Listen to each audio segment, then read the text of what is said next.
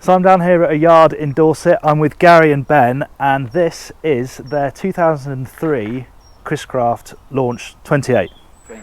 And how long have you been in possession of this? 5 months now, is it?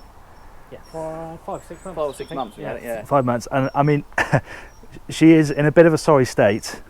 You know, it's got those familiar, wonderful Chris Craft lines, but just tell us a little bit about sort of how you found the boat and what state it is in, because actually you've improved things a bit even since you found it. Yeah, well, I mean, we both saw it in Cobbs Key dry stack, and well, it'd been there for many years in a terrible state, and yeah, we sort of tried to inquire about it, who owned it, and we eventually found the owner, and yeah, got in touch with him and met him down at the boat. Did a trial on the engines, test on the engines, which Gary did, and yeah, started trying to negotiate with him, really, because he didn't want to get rid of it. He said it had a lot of sentimental value to him, which we understood. So, and as I say, it's such a beautiful boat, we couldn't not have it, really, because we knew the potential in it. But she was sat there in a dry stack, so open air, yeah, no covers on, no cover on, and sat there for how long? 4 years, I think. 4 or 5 years, right? Yeah. So I mean, you'll see when we get on board. The guys have cleaned it up a bit, but she's had a pretty hard life. And have you got a sort of rough idea of what he would have paid for it when he had it new, or what it would have been new to get this? I think new. Was it around like 200? 200, yeah, 220, something like that. Yeah, 220. It's got to. Yeah, maybe it might have been. It's got to be in that region though. And are you willing to disclose what you ended up getting it for? Yes, we paid just under 20,000 for it. Yeah. Okay. As it was. Which sounds like the bargain of the century, but as we look a bit closer, you'll see that the guys. So Gary, you're going to be working sort of more the mechanical side of things, and Ben, you're going to be doing the work on the cosmetic stuff. And talking that, so we have a bit of a closer look. Obviously, you know, there's massive fading here to the top sides. What about the hull itself? I mean, have you managed to have a proper look at sort of what nick that's in? There are some gouges underneath, and we are, I don't know if they're at the other side, and we are going to actually take this back to bare hull, because it doesn't look like it's been prepped for anti-foul. So we're going to take all the anti-foul off, polish the hull back up, so it's going to be a completely clean hull again. Yeah. Fix any gel repairs that are underneath. I think it's either where it's been on the trailer or a forklift. But it has lived out the water for most of its life, by the sound of things. It did live out the water. Well, it was on the dry stack in Cobbs for when the previous owner had it. I think someone owned it before him, and it might have been on the water for a short space of time, but yeah, I don't think it's seen the water for a good 6-7 years now. Wow. Okay. Have a look round the bow. I mean, there's no like massive horrible gashes. There's a few scratches up there, aren't there? But it's all it's also the cosmetic stuff, isn't it? It's nothing really serious. And actually, you sort of spot, this is a super high quality boat underneath all this. Even the fact you've got this lovely through hull anchor, and you've got this, the navigation light setup. It is a high quality machine you're working with. It's just needs a bit of TLC, doesn't it? A bit of work, a bit of time. Yeah. And are you going to be working on it here? Are you going to have a shed that you can work on it in? We're going to keep it here for now, and if we can get it inside in a barn or something like that, we'll try and do that. Yeah. The engines will come out and come back to my workshop. Yeah. Where we'll do those. Yeah. Over the winter. And then hopefully I'll try and do as much as I can, weather permitting, here. But dodging the rain, no doubt. If it gets to the point where we're sort of getting a bit behind, we'd rather be a bit further ahead. We'll probably try and get it inside somewhere. Yeah. Cool. Well, let's keep going round.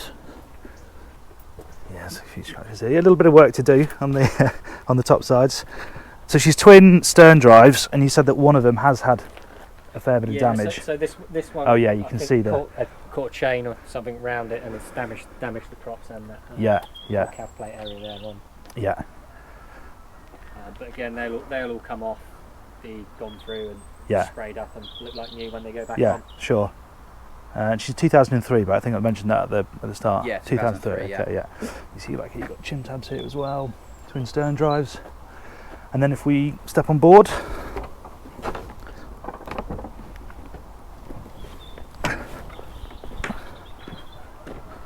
you begin to get an idea of what the interior is like. This is a life of not being covered, facing the elements. You can just see the damage here to the upholstery. The teak was in terrible state, wasn't it? But this is one of the things that you have managed to bring back already. We did originally think we were going to have to replace all the teak because it was completely green. You couldn't see any of the caulking. And then we pressure washed it, or steam cleaned it, And yeah, it came up really well. And I will end up like 2 parts Semco in this because just to keep it, nice and fresh. And it's solid teak. I mean, really thick teak they use on here. Yes. You see the depth of the teak. They don't use the thin 6mm.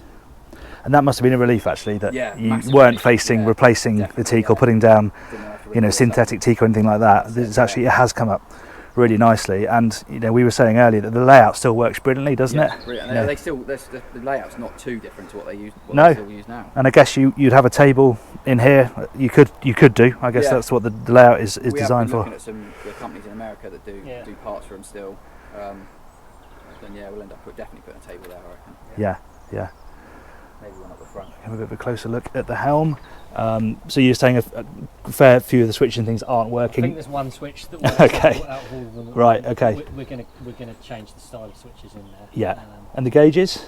There's a couple of gauges that aren't working. We want to try and keep them original.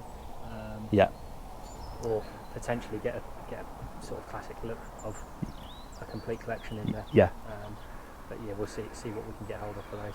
And I guess as you go along, it's easy to update electronics, isn't it? Like the MFD and the VHF, that sort of thing is sort of what you can do as you go through, I suppose. Yeah. And one of the first things you're going to do is clear the upholstery off. The upholstery, it's all coming off. Every single piece of upholstery, the panels, they're all coming off and being redone. Okay. We are going for Bentley stitch, so sort of trying to keep it a bit more current. So we'll be doing away with the blue strip. Okay. And we'll be so the actual bases here will be Bentley stitch, and then this just will be the sort of original. Yeah. So you can modernise it a bit as you go along, and obviously you're going to have that all the way through up onto the sand pad. And that'll make a massive difference, won't it? And we are actually going to put the on the new ones where they've got a sort of removable panel with a teak step and another teak step that goes up through. Yes. We're going to have that just so that people aren't walking across the. So on the modern Chris Crafts, you have a sort of slot here where you can take those out, and that reveals a teak walkway down to the bathing platform. So, as Ben says, people don't have to put their feet on the upholstery when they come on board the boat. Cool. If we head forward, it's obviously a bow rider layout, but what's quite good about this particular model, the 28, is that you have got a heads unit in there, haven't you? Head unit in there. So obviously got a couple of cushions in it at the moment, but there is a pump out sea toilet down there. It's connected to a holding tank. You've got a sink down there, so for day boating, that's a really good feature, and you're just going to completely refit that out, I suppose, as well. That's all coming out, will be polished up. And under these seats here, we've got storage and bits and bobs. The seagulls having a go at it, clearly. Should we have a look at the engines? Yep. Your department, Gary. There we go. I see the gas ram has failed, so we've got this to keep it in place, and we've got a pair of Volvo Penta 5-litre V8s. Yep.